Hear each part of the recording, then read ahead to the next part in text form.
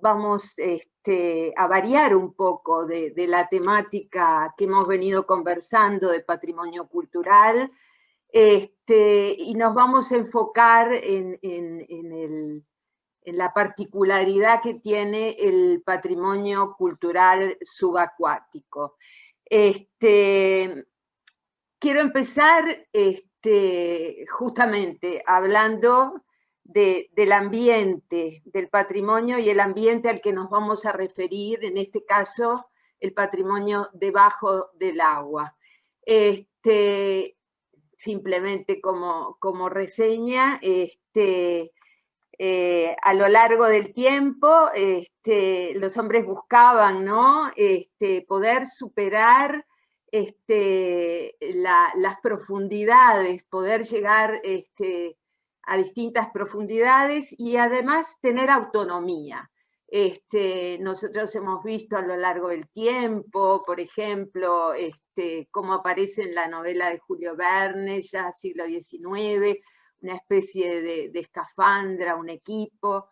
Luego hay una diversidad enorme de inventos, pero generalmente el tema era que no permitían ni llegar a grandes profundidades ni tener autonomía. Eso se logra y por eso lo ponemos con nuestro conocido, o por lo menos para cierta generación conocido, Jacques Cousteau, a mediados del siglo XX. ¿Por qué hago referencia a esto? Porque en realidad es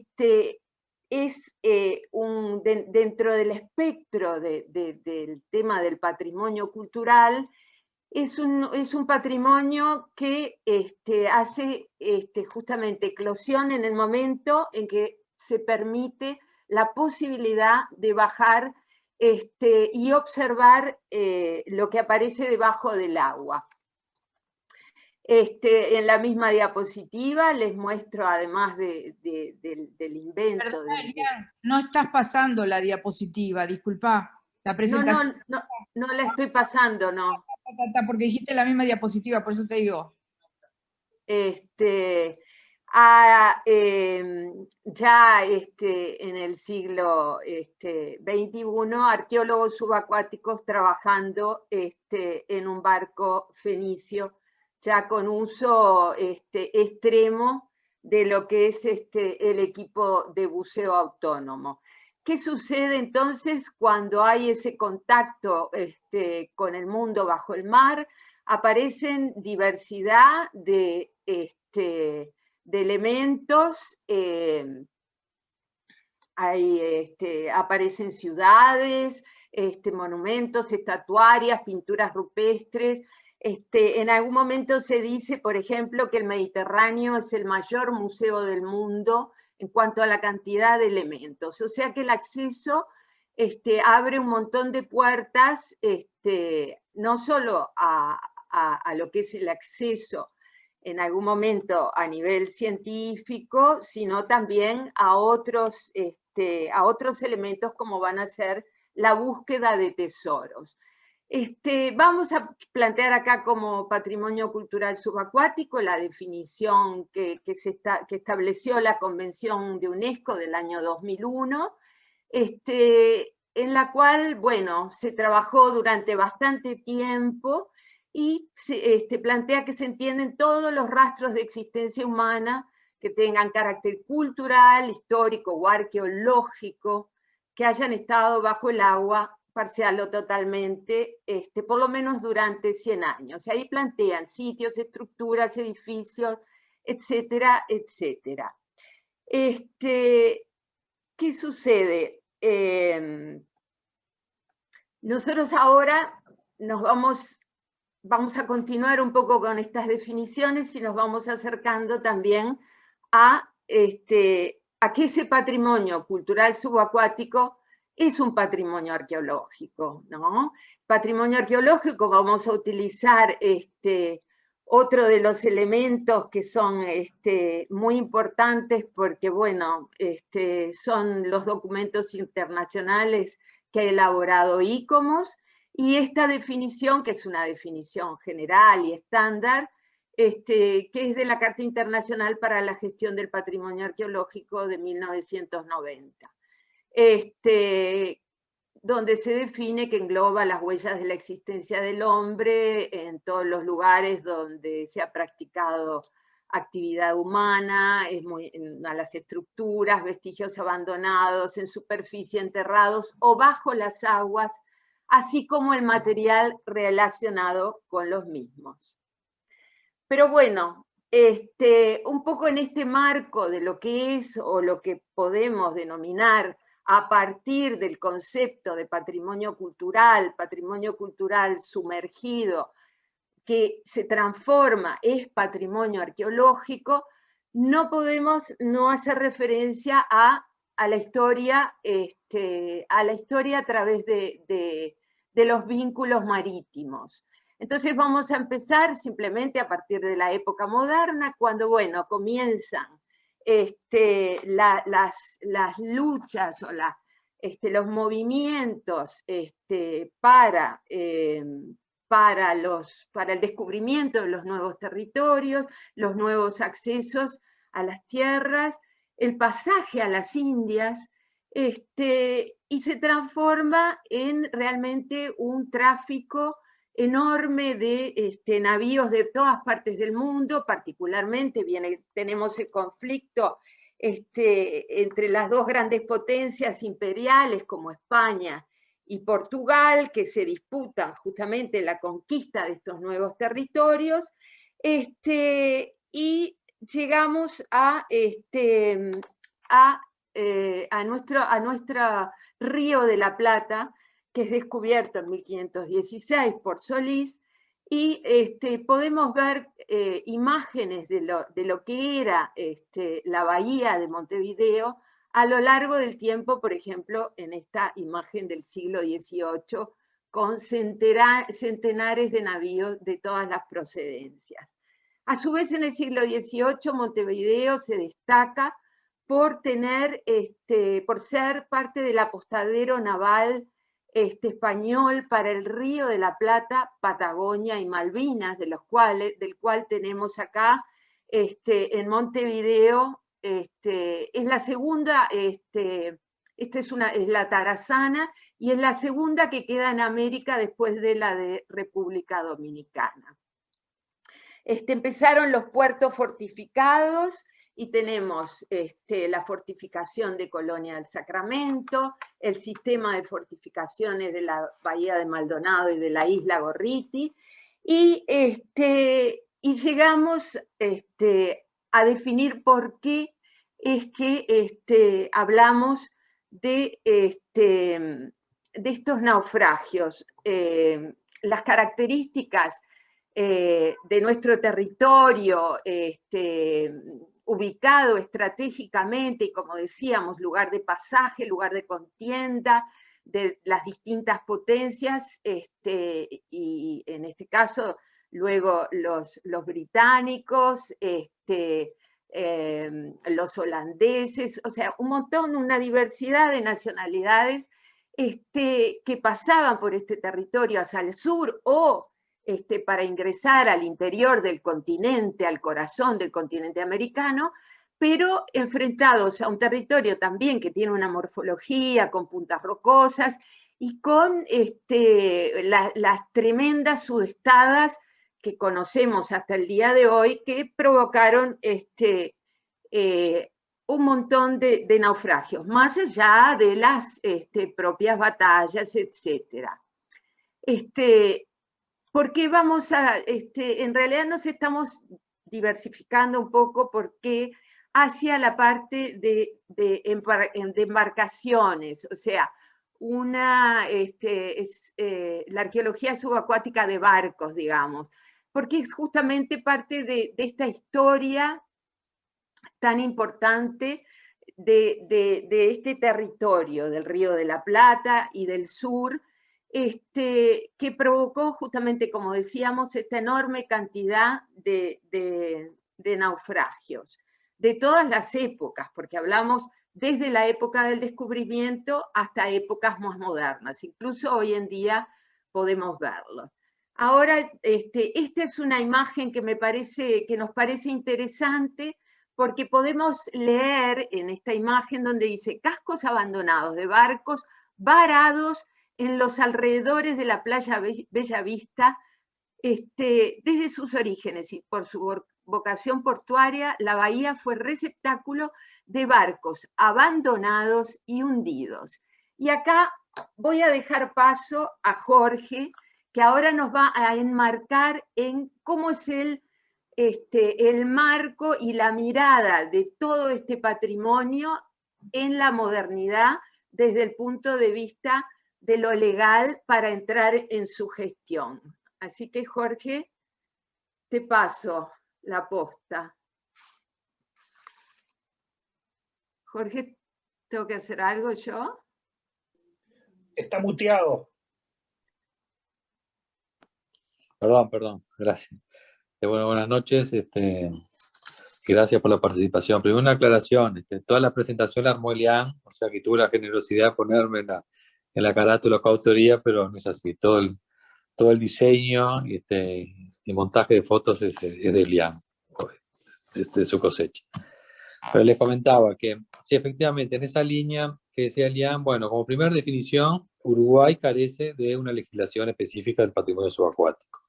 Como en otras áreas del patrimonio, en esta también no tenemos una norma específica.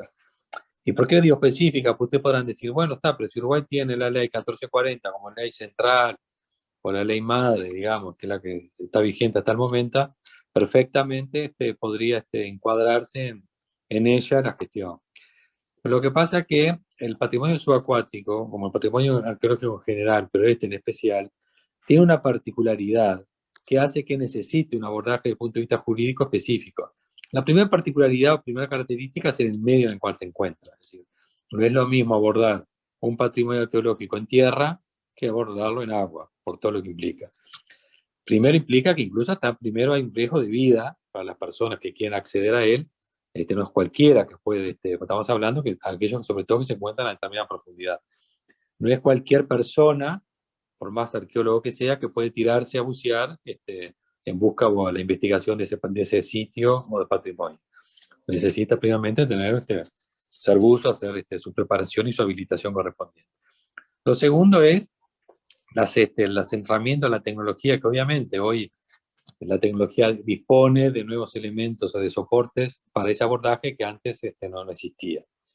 Por lo tanto, le digo, todo eso le requiere una especialidad a esta disciplina que necesariamente tiene que ir acompañado por una norma jurídica específica. Pero además, por su ubicación, otra vez en el medio, hay una concurrencia de autoridades en la intervención. Es decir, por encontrarse en el agua, evidentemente tiene que ser de conocimiento, de actuación y habilitación de la Policía Marítima, que no es la Comisión de Patrimonio del MEC, sino que en Uruguay, de acuerdo a esta legislación, la Policía Marítima es la Prefectura. Es decir, esa institución especializada en esta temática como Policía Marítima que depende del Ministerio de Defensa Nacional. Con esto le estoy planteando la particularidad, no quiero decir complejidad, pero sí la particularidad que tiene este patrimonio como un abordaje específico. Y yendo al Uruguay, le decía que nosotros carecemos de una norma y lo que existe es una referencia en la ley 14344 del año 75, donde justamente, que fue hecha para lo que hablaba Elian, del limpiar la bahía o despejar todo lo que fueran obstáculos a un fluido entrada y salida del puerto de Montevideo. Es decir, que se planteó generar esa ley para limpiar, incluso o sea, así se menciona en los términos de la ley, la chatarra o demás obstáculos que pueden haber quedado en ese momento. Y cuando se redactó esa ley en el Uruguay, le reitero, no para abordar un patrimonio subacuático, sino para limpiar y despejar la chatarra del puerto de Montevideo, se advirtió en su momento que podría encontrarse en esa limpieza o en esa remoción de obstáculos con algunos navíos de interés histórico. Ahí se lo planteó. Entonces, en un literal, el artículo 15, se estableció que, bueno, que en casos de haber navíos de valor histórico, navíos hundidos de valor histórico, debería darse intervención en la Comisión de Patrimonio. O sea que fue una consecuencia de la norma y no una causa. Y eso se hizo a través del decreto reglamentario del 86, donde se dijo, bueno, ¿cuál es el procedimiento? Porque como ustedes saben, capaz que acá los colegas del derecho, pero creo que la mayoría son de otra disciplina, las leyes establecen la materia que regulan, pero la quien los hace operativa son los decretos. Es decir, muchas veces a través del decreto, el Poder Ejecutivo, que es quien tiene el poder reglamentario con determinados límites, dado por la propia ley, hace operativa las normas. Si no, la norma es una norma teórica. Bien, cuando llegó el momento de hacer operativa ese artículo 15 que les comentaba, se dicta el decreto.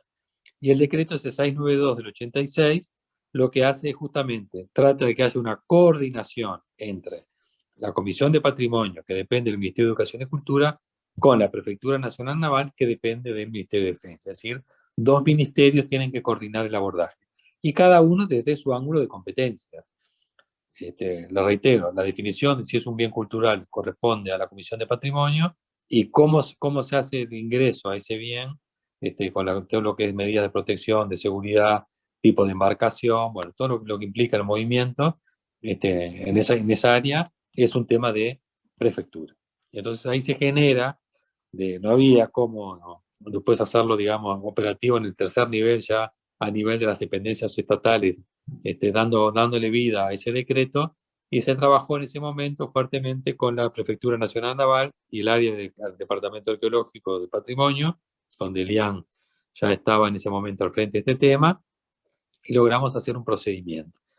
¿Qué implica ese procedimiento? Bueno, que cuando un privado, porque también no les hice mención a eso, la ley lo que establece es que cualquier particular podía pedir la autorización para la búsqueda y posterior extracción, en caso de encontrarse el navío, y luego ir en un reparto de 50 y 50 con el Estado. Es decir, el Estado no asumió por sí la búsqueda, sino que dio la potestad, en caso de existir interesados, de hacer un contrato de búsqueda, y lo que se hizo una autorización, que en términos técnicos administrativos hace una autorización para conceder un derecho a un privado sobre un bien de naturaleza pública. Es decir, muchas veces se habla de la figura de la concesión, que técnicamente sería lo más próximo a este instrumento. Bien, entonces se presenta la propuesta, y la primera dificultad que nos encontramos, quienes lo miramos al tema desde el área de patrimonio cultural,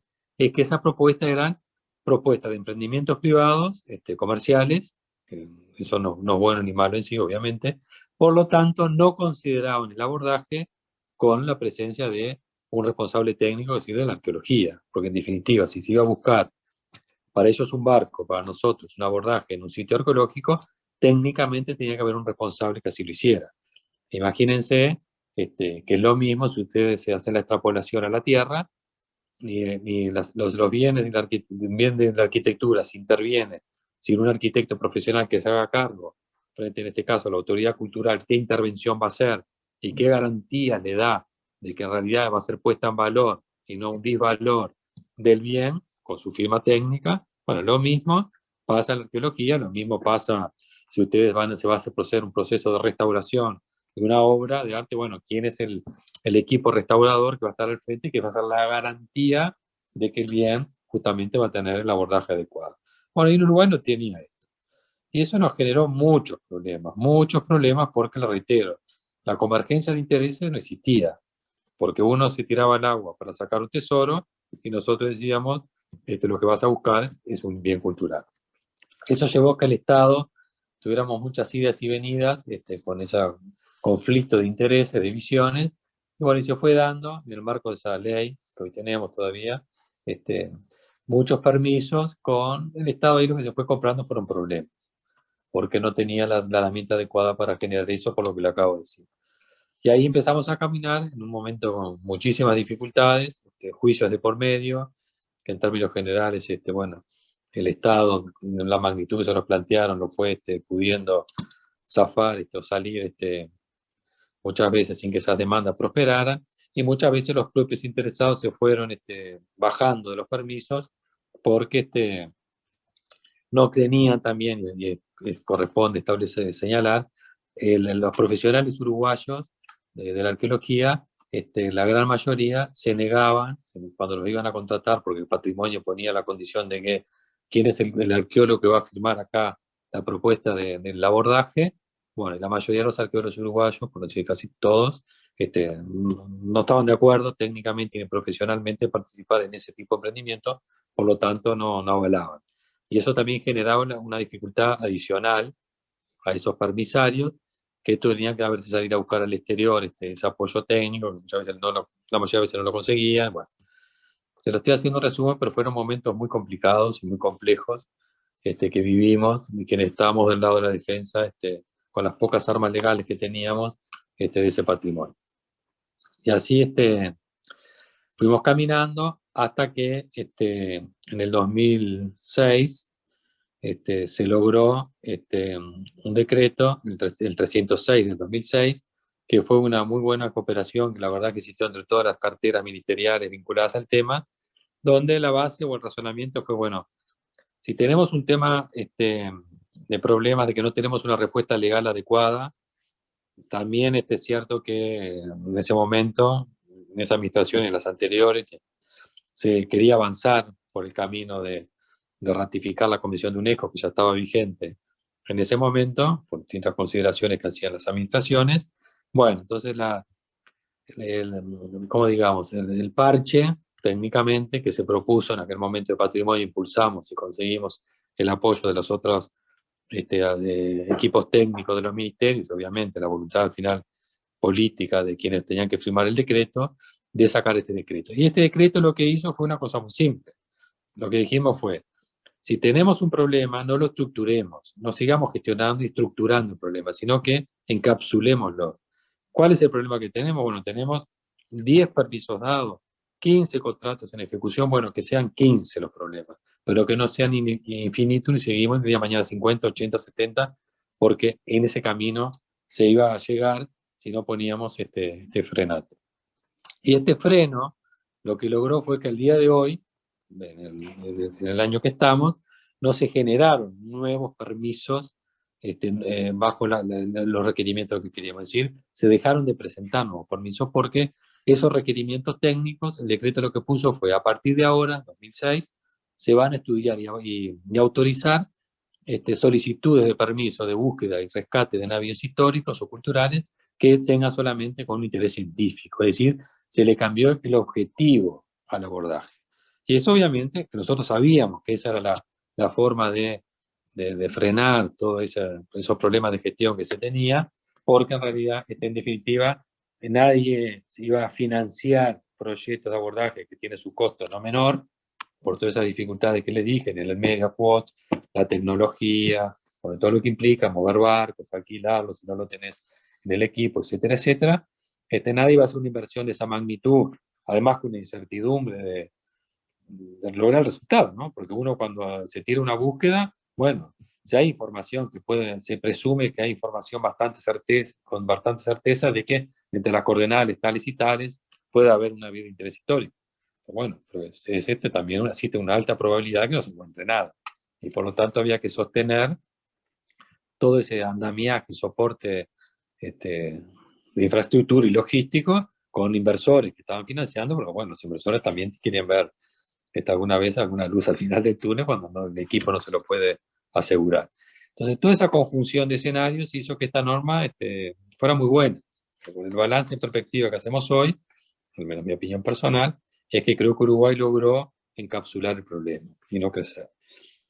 Como les decía, no se presentó ningún proyecto más con un interés científico, tenía que ser avalado por alguna universidad o academia, tanto en el ámbito nacional como del exterior, obviamente, y por lo tanto, hoy por hoy Uruguay mantiene únicamente en ejecución, en desarrollo, los permisos que ya se habían dado con anterioridad al 2006, que la verdad les digo que por el movimiento que uno ve, bueno, son muy pocos y con poco movimiento real de culminar. Esa es la perspectiva que tenemos.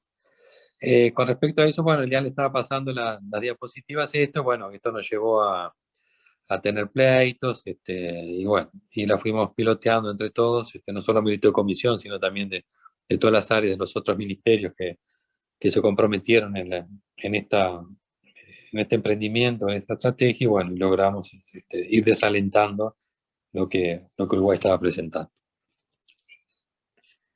No sé, Liam. Bueno, Bueno, yo acá sí tú. retomo un poquito y después vuelve a cerrar Jorge. No, simplemente quería mencionarles algunos ejemplos, como les decía antes, ¿no? de esa riqueza que tenemos de naufragios de distintas épocas, particularmente en la bahía de Maldonado, que bueno, que evidentemente además fueron intervenidas con lo que decíamos nosotros, con quienes intentaban la búsqueda de tesoros y de elementos de valor histórico como tesoros también, ¿no? Tenemos tanto el Agamenón, Seahorse, un barco también del tráfico de esclavos, también en la bahía de Maldonado, el Salvador, que venía a reforzar principios del siglo XIX, cuando empezaba la revolución. Tenemos algo mucho más moderno, pero también bastante interesante, que son los restos del Graf Spee, que además ha generado muchísima controversia, que sigue hasta el momento, porque toda esta dinámica del patrimonio cultural subacuático no ha parado, como el agua, y justamente aparecieron en el Graf Spee algunos elementos que bueno, que siguen en litigio por parte de Alemania y de otros países. Y bueno, cuando veníamos conversando respecto a bueno, como decía Jorge, ¿qué hacíamos en ese momento? Porque además era todo, justamente este era el contexto, como les decíamos, ¿no? Aparece el equipo autónomo a mediados del siglo XX, al poco tiempo empiezan los buscadores de tesoro, empiezan los hallazgos como el Atocha, etc. Todos vienen, o muchos aparecen en Uruguay, y nosotros nos encontramos en el ámbito de un montón de arqueólogos que en todo el mundo también empezamos a comunicarnos para tratar de ver cómo abordamos ese patrimonio que hasta el momento no sabíamos cómo manejar. Tuvimos mucha suerte y en estas comunicaciones vinieron muchos a apoyarnos, Pilar Luna de México, del Ministerio de Cultura, hicimos cursos de arqueología subacuático, siempre trabajamos mucho con los colegas argentinos, con quienes estuvimos creciendo de forma paralela, también incipientes inventarios, por ejemplo, con el apoyo de la Universidad de Southampton, hallazgos de registro de hallazgos, investigaciones un poco más nuevas, interesantes, del siglo XVI en Soriano, el abordaje de hallazgos fortuitos como estos cañones que tuvieron que ser también conservados, que fueron encontrados en la bahía de Colonia. Y luego continuamos a través de proyectos regionales con colegas de Argentina, de Brasil, de Chile, más que nada gestores del patrimonio, y invitando a colegas referentes de otros países. Esto es un poco como nosotros fuimos moviéndonos a lo largo del tiempo a nivel de la divulgación, la educación, la sensibilización, en la medida de que era fundamental, y eso fue algo que lo vivimos en Colonia del Sacramento, bueno, una forma de detener a los buscadores de tesoro que ejercían lobby y presión ante los políticos. Y ahora ya vamos un poco terminando, redondeando, ya nos venimos más hacia el presente, siempre alertas, porque, a ver, el atractivo de los bienes culturales sumergidos, no solo en el valor metálico, sino en el valor como elementos históricos, sigue siendo codiciado, y así como vamos modernizándonos con la tecnología, bueno, como hemos visto todos, ¿no? Cómo se filmó el Titanic, cómo se llegó con esas robots y equipos a tanta profundidad, etcétera. Los buscadores de tesoro se transforman y también continúan, bueno, haciendo lobby con todos los gobiernos para, bueno, para poder encontrar una brecha para poder intervenir el patrimonio nacional. Paso a Jorge, ya un poco llegando a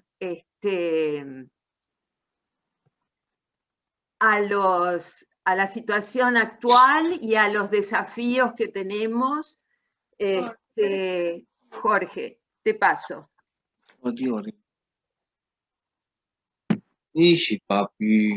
Perdón. He hecho ese análisis de, capaz que no sé, ¿me escuchan bien? Sueño de niña. Como 20 años.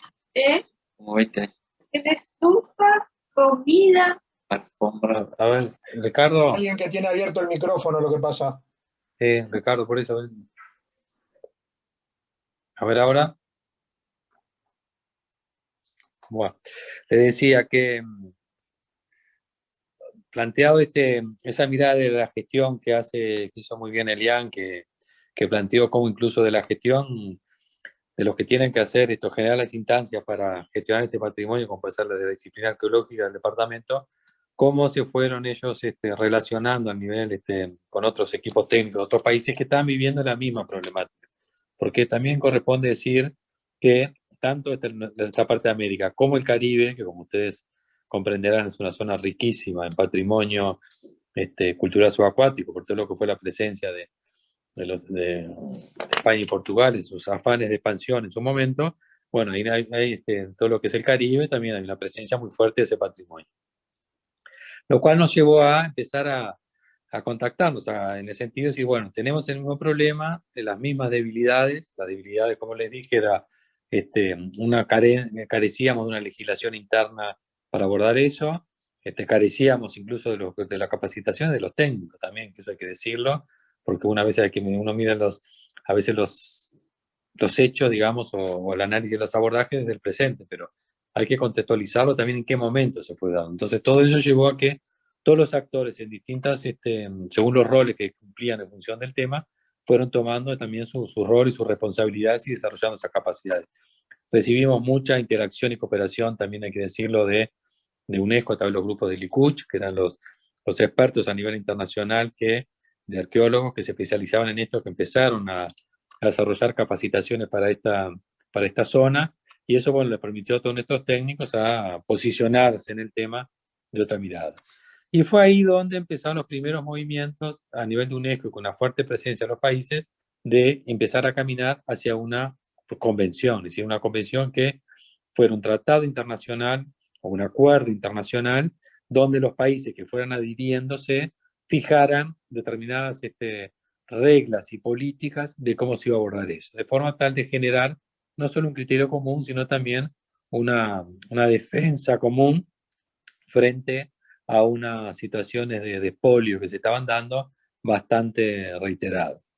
Y que eso internacionalmente a los países que no teníamos muchas armas para defendernos desde el punto de vista legal, nos estaba dejando bastante mal parado. Bueno, frente a eso, se generó un grupo primero a nivel latinoamericano del Caribe, donde se consensuaron los primeros criterios y se empezó a trabajar cuando UNESCO convocó a los grupos donde cada uno iba desarrollando y poniendo sus posiciones. Creo que América tuvo muy buena mirada, una muy buena estrategia, donde ante problemas comunes, propuestas comunes. Entonces fuimos avanzando en contenidos con esa mirada. Y obviamente, como toda convención, ustedes saben, para lograr los acuerdos hay que también recibir algo de lo que proponen los otros países. Y bueno, en función de eso salió esta convención que digamos que desde el punto de vista, en términos generales, yo creo que es correcta, que es adecuada, que es ecuánime y que al menos le permite a los países ellos definir cómo lo quieren abordar y no que lo sean impuestos por no tener una previsión. La Convención Uruguay, específicamente cuando llegó el momento de votarla en el 2001, se abstuvo por una decisión política que se entendió la autoridad en ese momento que era la que había que hacer, pero pese a que trabajó, incluso se lideró en la interna de UNESCO, en la sede en París, lideró lo que se llamaba el Grupo de los 55, que eran 55 países, esto que yo les comenté, que se trabajaron juntos para tener una voz única y de mayor peso en la negociación en la interna de UNESCO. La convención salió con el voto de los países y hoy por hoy, justo se dio la información, está ratificada con 59 países de los que pertenecen a UNESCO sobre un escenario de 160, que es el país total.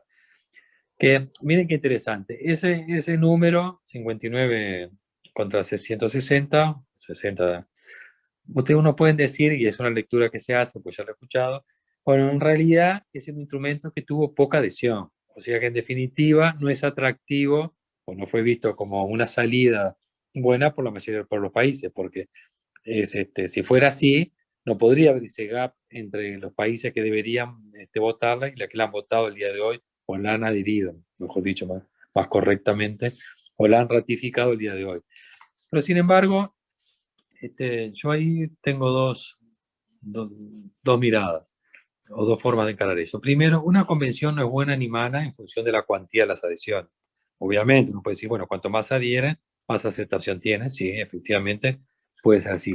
Pero esta convención, y creo que ahí es donde hay que poner la mirada, es muy especial, es muy específica. Ejemplos, uno dice, bueno, ¿por qué la Convención de los Derechos del Mar tiene la totalidad de las adhesiones? Y es lógico, porque todos los países que tienen su mar, que tienen su riqueza, tienen que generar un marco común de actuación para poder negociar con todos los países. Entonces, la temática lo lleva a que todo el mundo quiera adherirse, porque luego no puede quedar afuera ese sistema donde todos los países están fijando las reglas de juego de cómo abordás la pesca en los mares no territoriales, bueno, todo lo que implica, ¿no? Hay muchos más intereses económicos en juego, lo cual lleva a que todos los países se quieran sumar.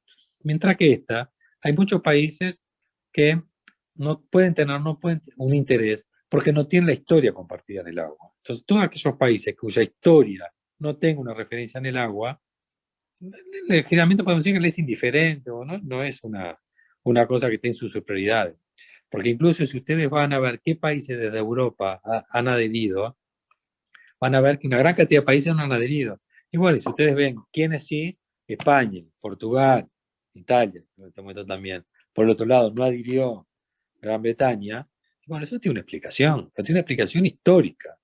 Porque ¿quiénes fueron los grandes que salieron a colonizar estas tierras en su momento? ¿Quiénes financiaban todas aquellas venidas? Y bueno, Italia y Portugal, obviamente, ustedes saben, hasta se peleaban por estas zonas. Entonces, obviamente que ellos saben que hay mucha historia de ellos en estas costas, en nuestras costas en el Caribe.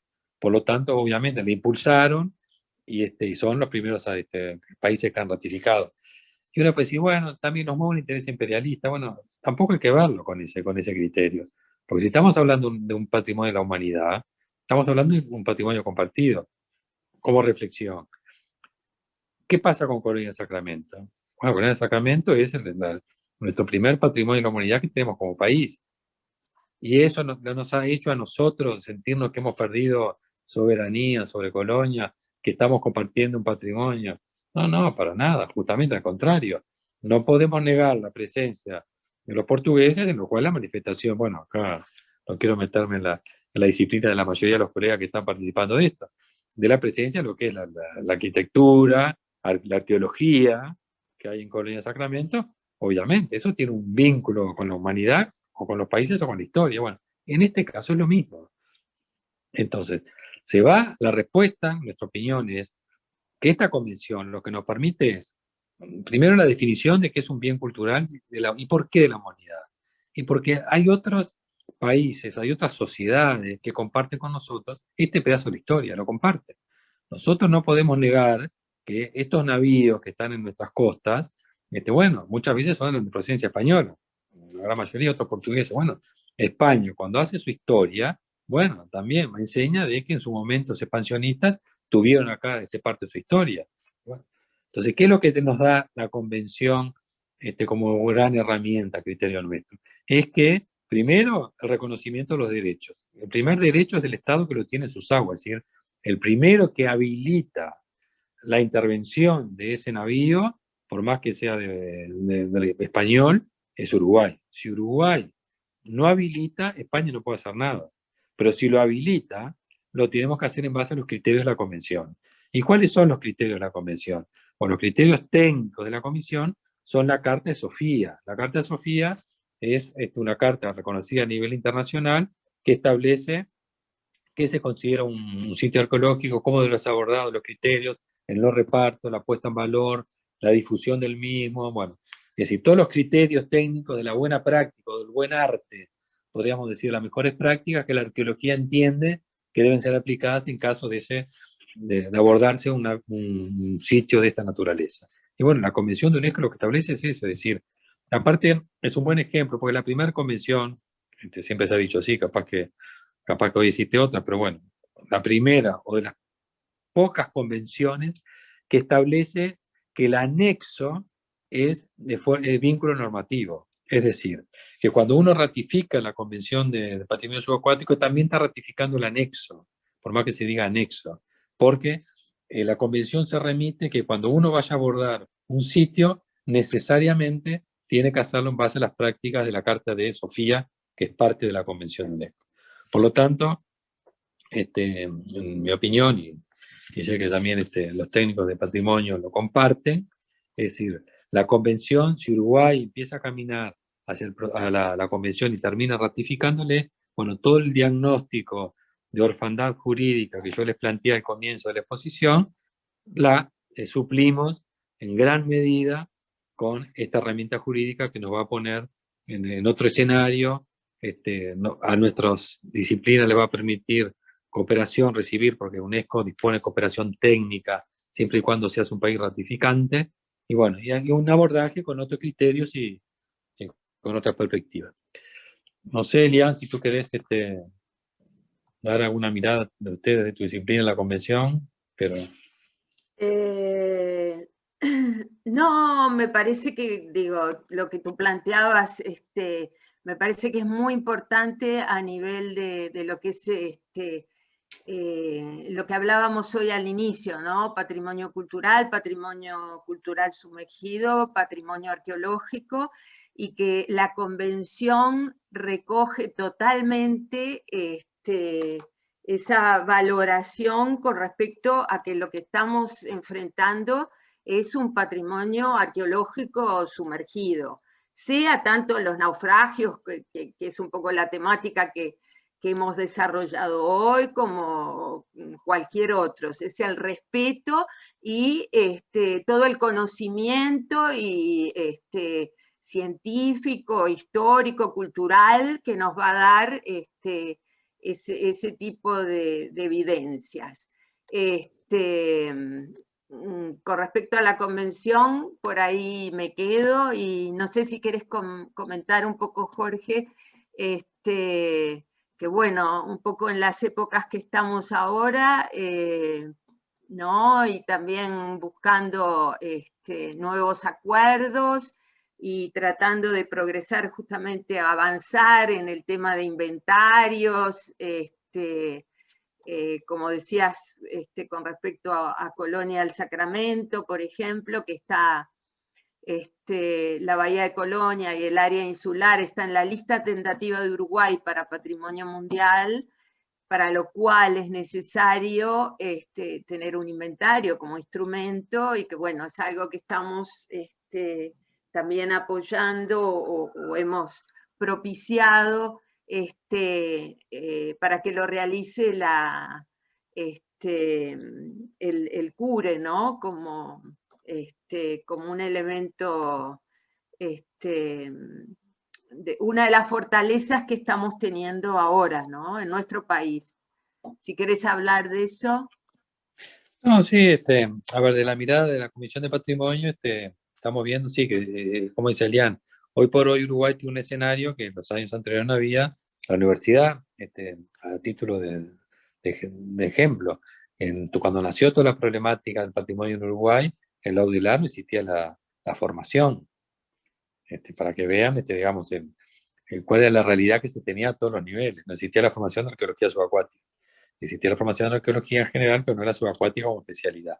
Mientras que hoy podemos decir que ya hace unos últimos años, la universidad, en su programa de descentralización que ha venido implementando, bueno, abrió en lo que es en el CURE, en Maldonado, una de las áreas temáticas es para abordar el patrimonio subacuático y tiene un laboratorio, o sea, ha desarrollado capacidades. Uruguay podemos decir que tiene capacidades propias generadas que años atrás no los teníamos. Por lo tanto, creo que estamos en mejor posición para abordarlo. Y eso nos motiva desde patrimonio, que estamos en un proceso de intercambio con la universidad y específicamente con el programa CURE o el centro CURE, para que generar un primer inventario ya sistematizado y con una lógica, metodología y científica de la realidad que tenemos. Bueno, ahora hay que ese equipo técnico tenga condiciones de hacerlo. Pero no solo de inventariar, además tiene una gran fortaleza que tiene un laboratorio. Entonces, es decir, además de empezar a identificar o sistematizar una información con un criterio metodológico, técnico, científico, también está en condiciones de empezar a hacer prácticas de puesta en valor, de conservación, porque ese es el otro gran tema que tiene este gran desafío, digamos, que tiene este patrimonio. Fíjense que la cantidad de años que está bajo el agua y cuando se han encontrado algunos hallazgos, el estado de conservación en general es muy bueno.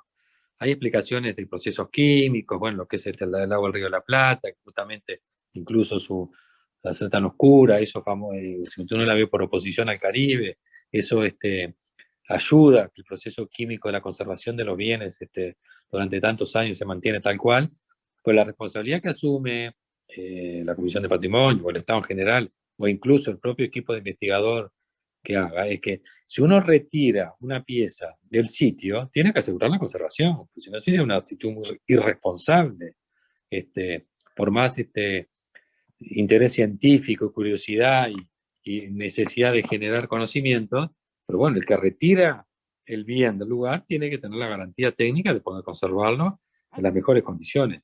Por eso incluso, en la Carta de Sofía, que le decía que forma parte de la convención, lo primero que pone como recomendación, como la mejor práctica, como responsabilidad o desafío, mejor dicho, al equipo investigador, es la conservación in situ. Es decir, no remover cosas que no se aseguren su conservación. Es una primera responsabilidad profesional de quien está al frente del equipo de investigación. Ahora, la contracara de eso, si bien técnicamente es un principio muy entendible, muy compartible, genera al otro lado el comentario de quienes no comparten esto y dicen, bueno, efectivamente, queda bajo el agua y nadie lo ve. Por lo tanto, la conservación in situ, mejor sacarlo, lo ponemos en un museo para que sea el disfrute de la sociedad, lo cual como concepto tampoco está mal, pero está la responsabilidad de sacarlo, ¿para qué? Para que se destruya. Y ahí tampoco también, que a veces es un concepto que es difícil de entender quienes no están en el tema, o sea, yo entiendo que no lo entiendan, es que si hoy por hoy Uruguay puede decir que tenemos un patrimonio interesante, no lo voy a poner más calificativos, debajo del agua, bueno, ¿por qué es? Porque responsablemente las generaciones que nos precedieron no abordaron algo que no podían conservar. Por lo tanto, hoy nosotros, si podemos darle una mirada y decir que tenemos otra tecnología para bajar en el agua, para registrarlo, para tomar fotografías, para grabarlo, para sacar, bueno, todo lo que la tecnología pone a disposición, lo podemos hacer porque nos precedió una generación que fue responsable y lo dejó.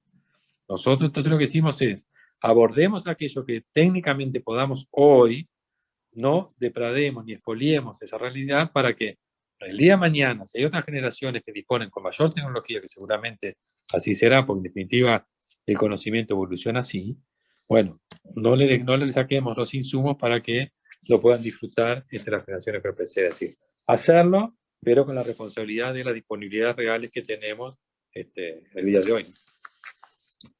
Elian, por acá estoy bien. Bueno, yo creo que un poco cumplimos con el cometido y el cometido de ICOMOS, que justamente, como ustedes vieron a lo largo de la presentación, ha tenido un rol fundamental en todo lo que ha sido la protección y la gestión del patrimonio subacuático.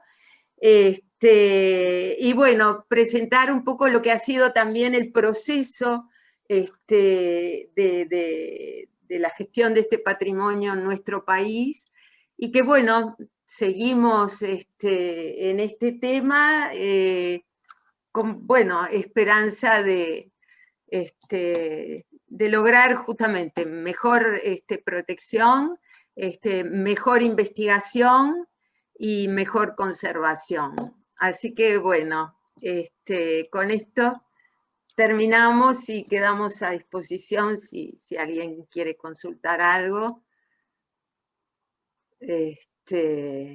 Pero bueno, redondeando el tema.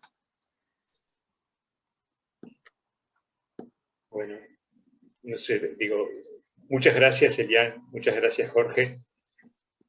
Muy interesante en las partes que pude escuchar, porque les tengo que confesar que tuve un problema y hubo gente que quiso entrar y no pudo por un tiempo, o sea que tuvimos menos participantes de los que tenían que haber sido, porque, en fin, tuve un problema en la organización del Zoom, o sea, esto sigue siendo problemático, y lamentablemente hubo gente que no pudo entrar. Después se resolvió, pero bueno, tuvimos allí algún problemita. Entonces, les pido disculpas por los inconvenientes que han tenido. Muchos de los que tuvieron el inconveniente no están en esta reunión, así que no les llegan mis disculpas. No pudieron entrar. No pudieron entrar, entonces me estoy disculpando con alguien que no sabe que te estás no sabe que me estoy disculpando. Nosotros pudimos salir para dar nuestro lugar y entramos nuevamente. Muchas gracias. Pues fuimos gracias a los que tuvieron la voluntad de porque salir. ¿Cómo íbamos a dejar a Gabriela Sicardi, presidente de ICOM, con lo cual organizamos también estas charlas, afuera? Entonces salimos y entramos. O sea que, gracias. A usted. En fin, bueno. el Zoom es muy complicado, muy complicado. Yo cuando pueda liberarme de esta cosa, estaré en casa. En fin, igual la conferencia está grabada, o sea que se va a poder acceder posteriormente. No sé, ahora sí, si hubiera gente interesada, participantes interesados en realizar alguna consulta, estamos abiertos. Yo hice una y creo que había otra. A ver. Silveira habló de el no hacer de alguna manera, y él dijo que las generaciones anteriores tuvieron, digamos, la visión de no hacer porque no podían conservar quizás, o no tenían las técnicas para conservar. O sea, el no hacer de alguna forma acá conservó. No pasa así con la tarazana, que el no hacer tenemos que se está derrumbando la Quinta de Viana, por ejemplo. Pero yo me pregunto, ¿y cómo es Uruguay específicamente, además de lo que estuvo mencionando, y tú también, Elian, bueno, nuevas técnicas para poder sacar los navíos, pero ¿qué otra cosa y cómo es Uruguay específicamente puede hacer? Esa sería una pregunta. Y la segunda, se mencionó a ICOM de alguna forma de sacar y dejar en un museo para que lo vea la ciudadanía, y eso es una cosa muy discutida a nivel mundial, si va un objeto que tanto se puede llevar a un museo, y para que lo vea todos y quedar ahí, y versus la conservación debajo del agua. Eso nos estamos metiendo en un camino bien complicado para entender qué es lo que pasa en los museos. La pregunta específica es que lo sacamos o lo dejamos allí, pero ¿de qué forma podemos hacer conocer a la ciudadanía algo que va a quedar en el fondo del mar, si no lo llevamos al museo, ¿no? Y específicamente, ¿y cómo es Uruguay en esta una nueva etapa que podemos empezar a transitar. ¿Cómo podemos avanzar en la Convención Subacuática y en todo lo que podamos hacer? Esa es la pregunta específica. Elian, ¿querés? Voy a contestar la parte de conservación y de los museos. Evidentemente, digo, en la charla nosotros sintetizamos, pero Jorge fue claro justamente que a lo que nos enfrentamos es a la destrucción literal del patrimonio subacuático cuando lo extraemos del ambiente húmedo, de elementos saturados en agua hacia afuera. Por lo tanto, es condición sine qua non que previo a una intervención tú tenés que tener prevista la conservación. La conservación implica justamente instalaciones, tecnología, recursos, etcétera, etcétera.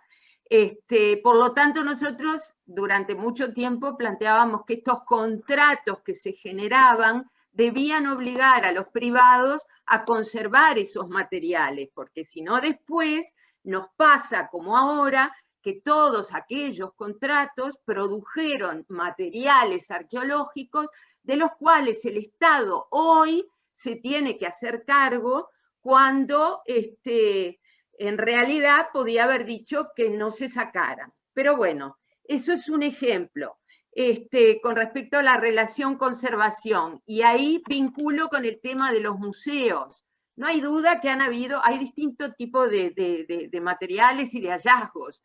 Hay materiales que ya están en los museos, en el Museo Naval, en otros museos, y que han tenido ciertos tratamientos. Pero para nosotros creo que hoy en día lo más importante es mirar el sitio arqueológico, ¿verdad? El pecio o el sitio en todo su contexto y obtener la mayor información posible del sitio en su lugar. Y lo que están haciendo ahora, se está desarrollando justamente hoy en día en el mundo, son museos debajo del agua. O, por ejemplo, hay hasta parques subacuáticos en Cuba, hay zonas donde tienen denominados parques subacuáticos, donde el turismo incluso puede hacer buceo, obvio. Las aguas nuestras no son iguales. Pero de cualquier forma son los caminos o con tecnologías distintas donde los cuales se pueden reproducir, que permiten, pero yo creo que lo más importante también con respecto a los museos es el relato. Entonces, para eso la intervención arqueológica es la que va a producir el conocimiento, ¿verdad? El conocimiento y la información que nosotros queremos obtener del lugar para después brindárselo a la sociedad a través de un museo o de una exposición o de lo que sea. Voy ahí, si querés hablar, Jorge, de e-commerce. No, complementándolo en esa línea. Yo creo que por eso te digo, la ventaja de ver este tema hoy es que la tecnología permite una cantidad de alternativas que antes no. Es decir, todos sabemos que ahora la capacidad de filmar debajo del agua, con todo eso te puede traer un realismo que es verdad también, pero yo creo que sí, que lo que tú planteabas, Adrián, es así. Si también a la sociedad presente no le das una información de lo que hay, también genera ese divorcio con la situación que no es buena. Y cuando tú decías también el no hacer, exacto, es como tú decías, el no hacer es un hacer, es decir, no hacer para preservar es un hacer, se preservó a través de una no intervención que podía ser perjudicial para el bien. Cuento una historia un hecho que lo vivimos, perdió. Tú recordás, Elian, que Dominicana, hablando de las distintas estrategias que ha seguido para hacer visible lo invisible, Dominicana hizo con España un acuerdo de cooperación y Nuestra Señora de Guadalupe generaron un museo itinerante espectacular, que entonces está un tiempo, los que puedan, una vez que puedan viajar, les recomiendo que ahí en Dominicana, quien visite, vayan al Museo de las Tarazanas, que hay una exhibición de Nuestra Señora de Guadalupe, que fue abordada con criterio arqueológico, científico, una cooperación España y Dominicana, y ahí hay una muy buena propuesta museística y el acervo que hay. Y lo que lograron con España es que cada tanto, no me acuerdo, una vez por año, me acuerdo, España hace una muestra itinerante por España. Entonces, de esa forma lograron conectar las dos culturas, o mejor dicho, esos dos países, esas dos sociedades que por un hecho histórico compartieron, que fue el navío Nuestra Señora Guadalupe, que se hundió en las costas dominicanas. Bueno, entonces digo, hay ejemplos y hay alternativas muy distintas a las que había, poner 15, 20 años atrás. Hoy la tecnología te permite otro tipo de abordaje, pero lo importante es eso, para sacar hay que asegurar la conservación, si no es destrucción. No sé si logré contestar la pregunta. Claro, y específicamente, ¿y cómo podemos, qué puede hacer y cómo específicamente en todo esto con el CURE, es decir, interacciones? Bueno, ¿Y cómo puede posicionarse? De acuerdo a la propuesta vigente, bueno, presentar una propuesta de investigación con un fin científico, en ese caso el responsable académico sería la universidad, y obviamente, bueno, dando todas las garantías de que una vez encontrado el sitio arqueológico, el pecio, bueno, cómo se va a abordar, qué tecnología se va a aplicar, cuál es la propuesta de conservación, que es in situ, no es in situ, es un museo, o sea, ahí ya es parte de toda la propuesta de investigación del equipo científico, la propuesta, ¿no? Hoy por hoy, lo que hay, si vos decís en Uruguay, hoy, ¿qué camino tengo? Bueno, hoy el camino que tenés es que haya una propuesta de investigación de un patrimonio subacuático determinado, cuya responsabilidad académica es de una institución científica. Yo creo que, bueno, nada, redondeando lo de ICOMOS, creo que a lo largo de muchos años ICOMOS ha apoyado distintas instancias, justamente de divulgación, de socialización, porque hoy en día, digo, creo que hablamos con mucho más libertad del patrimonio subacuático. Hace algunos años teníamos bastantes agentes en contra, entonces era bastante más complejo. Incluso participamos en Colonia de distintas actividades. Creo que siempre se ha apostado a la divulgación y a estar en los momentos en que había que enfrentar ciertas situaciones, por ejemplo, con los buscadores de tesoros. Así que bueno.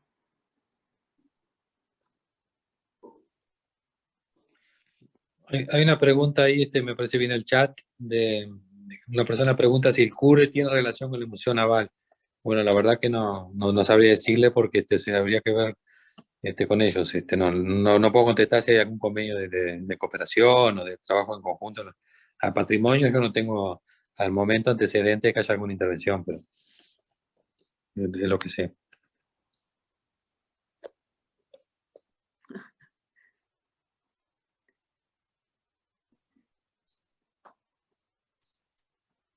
Hay una pregunta si el Museo del Vasa sería un ejemplo. Bueno, el Museo de Vasa es de los suecos y indudablemente le sale carísimo.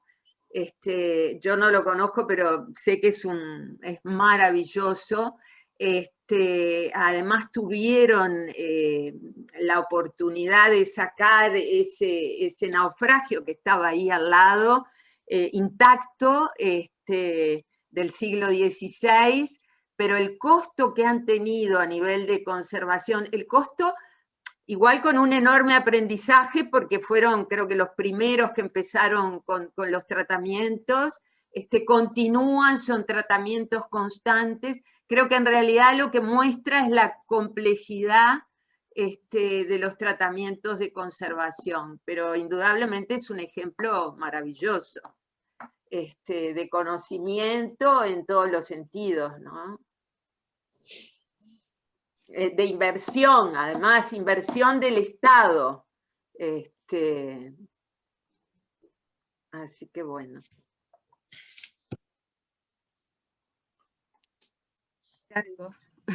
Elena, ¿cómo te va? ¿Cómo estás? Bien, bien. No, podría hacer una pequeña intervención. En realidad agradecerle porque, y encantada de haber escuchado, bueno, Elian, que sabemos de toda su solvencia técnica en este tema, y hemos tenido la oportunidad de escucharla y realmente el Departamento de Arqueología de la Comisión como todos los departamentos, son excelentes. Pero me encantó escuchar y conocer a Silveira, a Jorge Silveira, Ay, claro. que también había leído mucho No, de él, no, pero... pero yo también te conozco referencias, muchas. Ya sé que sí. Y realmente lo que quería decir, a raíz de alguna pregunta que allí se planteó, de cómo gestar o hacer o apoyar, yo lo que quería plantear es que en los lugares, en esta riqueza que tenemos de nuestras costas y de nuestra historia, que es una historia también nacional, pero que, como ustedes plantearon, la compartimos con el mundo. O sea, se vuelve internacional por ese patrimonio tan especial que estamos hablando. Y también, por supuesto, el tema de la interdisciplinariedad. Pero digo, nosotros, como contó Elian, se ha ido formando, me parece, se ha avanzado mucho en la formación técnica, y bueno, creo que la Universidad UDELAR ha sido fundamental en todo esto, ¿no? Y estoy pensando en Colonia, pero también en Fray Ventos, y sobre todo me inquieta acá, y por eso sé que la comisión está trabajando por lo que planteaba Silveira, pero hay un proyecto realmente muy valioso a nivel del CURE, con todo lo que es el estudio, la investigación, y que lo vienen haciendo desde hace ya unos cuantos años.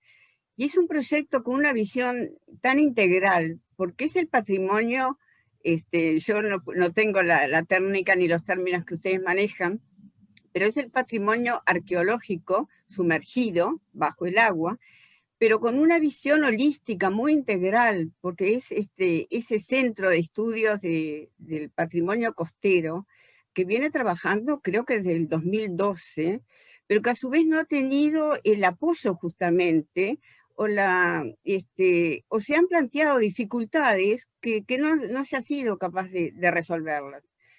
Y ahí es todo un trabajo además muy interdisciplinario, puesto que además lo que podemos decir patrimonio bajo del agua está haciendo toda la historia de esa costa, desde la prehistoria y todo lo que se fue dando en los distintos tiempos históricos. Y sé que están trabajando muchísimo, pero también han tenido dificultades. Entonces estoy pensando, se hablaba de cómo apoyar o de cómo resolver los problemitas que se van planteando, porque naturalmente que es un patrimonio muy especial, como ustedes decían, en lo técnico quedó clarísimo, aún como dice Silveira, que la legislación, que falta la legislación específica, pero es muy clara ya cuando se hizo el decreto, ¿verdad?, del 2006, que ese decreto le da la capacidad técnica, o quien decide en el tema es la Comisión de Patrimonio, y a ella se presentan los protocolos y ella hace el seguimiento, o sea que ahí se avanzó muchísimo. Y también en lo que luego se fue tomando de la Carta de Sofía, de la Convención, en cuanto, y que también he leído trabajos interesantes de Silveira, que es un patrimonio cultural, que son bienes culturales, y como tales hay que trabajar con ellos. Y bueno, lo que me parecía importante es eso, que hay un proyecto de enorme valor, y entonces cómo, desde los lugares que correspondan, poder resolver, apoyar y fortalecer ese trabajo, ¿verdad? Esa formación técnica y todo con tantas dificultades, pero con muchos logros que el CURE ha venido desarrollando hace unos cuantos años. Y ya tiene resultados, porque ha tenido el apoyo de la comisión en cuanto al proyecto, ha tenido el apoyo de ANI, es decir, han ido avanzando muchísimo, pero sé que hay algunas dificultades que sería bueno resolver o encaminar. Resolver. Sí, Elena, no, mira, bueno, con respecto al CURE te digo, sí, tenemos un diálogo fluido muy importante, estamos en vía de definiendo mecanismos de trabajos en común, un poco por lo que tú decís, justamente, por eso te decía, el CURE hoy es una realidad muy buena que antes el Estado no tenía. Por lo tanto, hay que optimizarla, apoyarla, y aparte es lo que hay que, con toda esa capacidad que tiene un gran laboratorio ahí en Maldonado, Porque además, yo creo en el diseño institucional que esa capacidad, primero por razones, el Estado no puede dividir recursos para hacer lo mismo, porque los recursos son finitos. Y si no tiene sentido que la Comisión de Patrimonio, y eso sé que incluso también el equipo técnico lo comparte, desarrolla su propia capacidad de laboratorio. Cuando sería duplicar cosas, el rol de patrimonio es otro, no es hacer investigación y extensionismo y difusión de conocimiento, es justamente generar las políticas públicas para que los otros actores generen. Porque en ese diseño que estamos trabajando, si al contrario, hoy por hoy tener el laboratorio del CURE es una fortaleza. Por ejemplo, se ha planteado ya hace unos meses y estamos discutiendo los primeros líneas de acción común con el equipo del CURE y con la delegada de la universidad en la Comisión de Patrimonio, de que ahora el Estado tiene una posibilidad de todo aquello que le fue adjudicado en el marco de esos contratos que hablamos, de estudiarlo, identificarlo, de poner valores, saber de qué se trata lo que tiene el Estado. Porque ahora tiene su propio equipo estatal, ¿quién lo puede hacer? Que se CURE. Entonces, en esa línea es donde vamos, no hay otra. Así que Solo quiero cerrar, decirle, yo entiendo a qué se refiere Elena y quiero decirle que en el 2020 trabajamos mucho para lograr un gran acercamiento entre la Prefectura Nacional Naval, entre el Ministerio de Defensa y la universidad. La Comisión de Patrimonio logró ese acercamiento y bueno, un poco ya se ha destrabado, aunque todo cuesta, pero se ha destrabado esa situación que se había instalado hace un par de años y que no era muy positiva. Y venimos hablando del CURE, pero en realidad principalmente es el CIPAC del CURE, el Centro de Investigaciones del Patrimonio Costero. Y como decía Elena, bueno, no solo la parte subacuática, sino también se abordan los sitios prehistóricos, y también la parte de antropología social vinculado a la antropología marítima. Así que bueno, cuesta, pero vamos avanzando. Así que creo que te vas a quedar contenta, Elena, de que son buenas noticias. Elian, tenés una mano levantada, creo que de Alfredo Conque. Hay una mano levantada, si no veo mal. Ah. Creo que es una mano levantada. Está, sí. Pero tiene el micrófono apagado, me parece.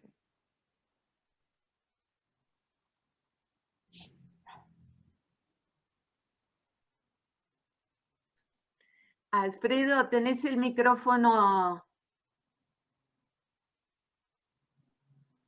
Bueno. Alfredo, apagaste la cámara y no el micrófono. A ver ahora. Ahora sí, perfecto. Ahora sí. Bueno, quería hacer algunos aportes.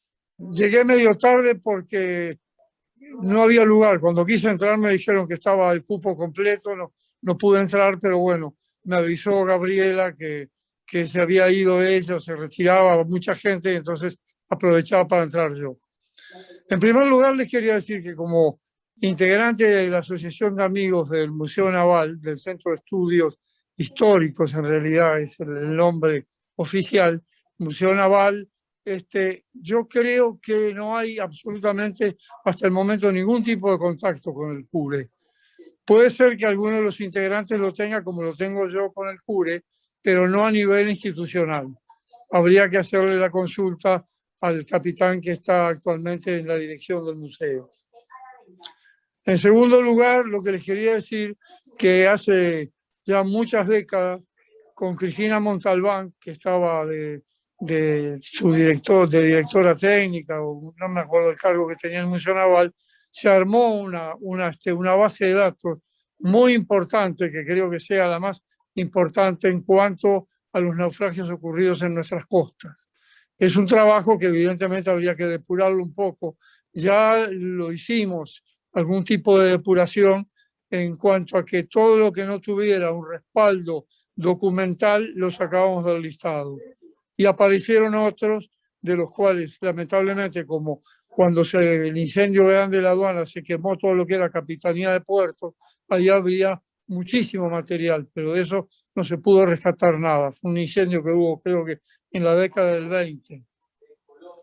El tercer aporte mío es con respecto al rescate.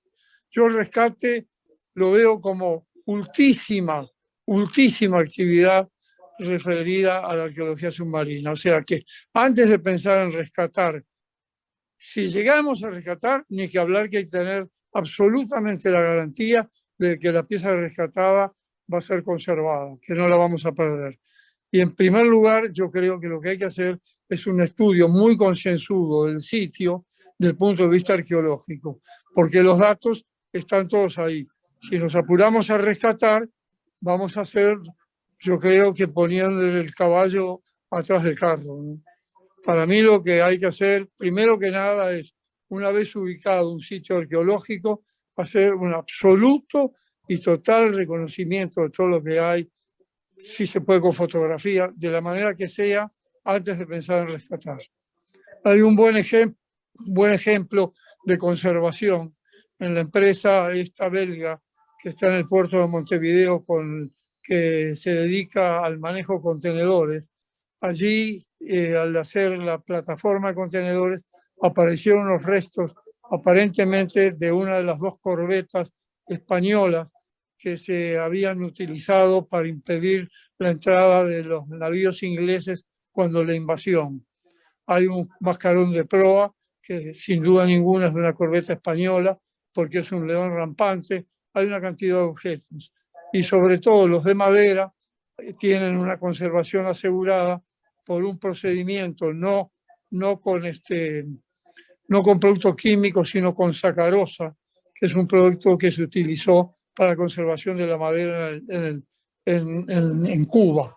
Creo que fueron los cubanos los que hicieron eso, porque antes se utilizaba el polietilenglicol para sustituir la lignina que había migrado de la madera, pero el polietilenglicol, aparte de ser muy caro, es muy complicado porque hay que aplicarlo, no me acuerdo cuánto es, si 50 grados bajo cero o algo por el estilo.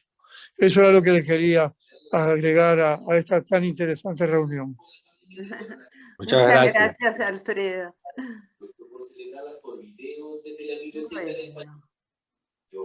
En septiembre y octubre pasado volví a revisarlas con público, pero desde el parque interno, con una longitud limitada. ¿Cómo salgo? No sé.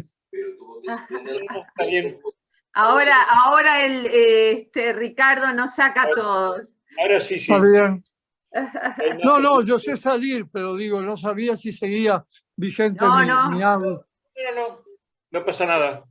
Perfecto. Bueno, muchas gracias. Ha sido un gusto. Igualmente, gracias Alfredo. Buenas tardes. Muchas gracias. Chao. Bueno, no sé si hay más preguntas. No, creo que ya está. Pero creo que ya estamos, ¿no? Sí. Bueno. Sí. Bueno. Entonces acá vamos cerrando. Bueno, muchas gracias a todos. Muchas gracias. Muy buena charla, gracias. Saludos a todos. Gracias a todos. Gracias. Nos vemos en la próxima. Gracias. Por favor, les pido que tuvimos inconvenientes. Saludos, Jorge. Chao. Igualmente, chao, chao. Un saludo y hasta el miércoles que viene. Hasta el miércoles. Gracias.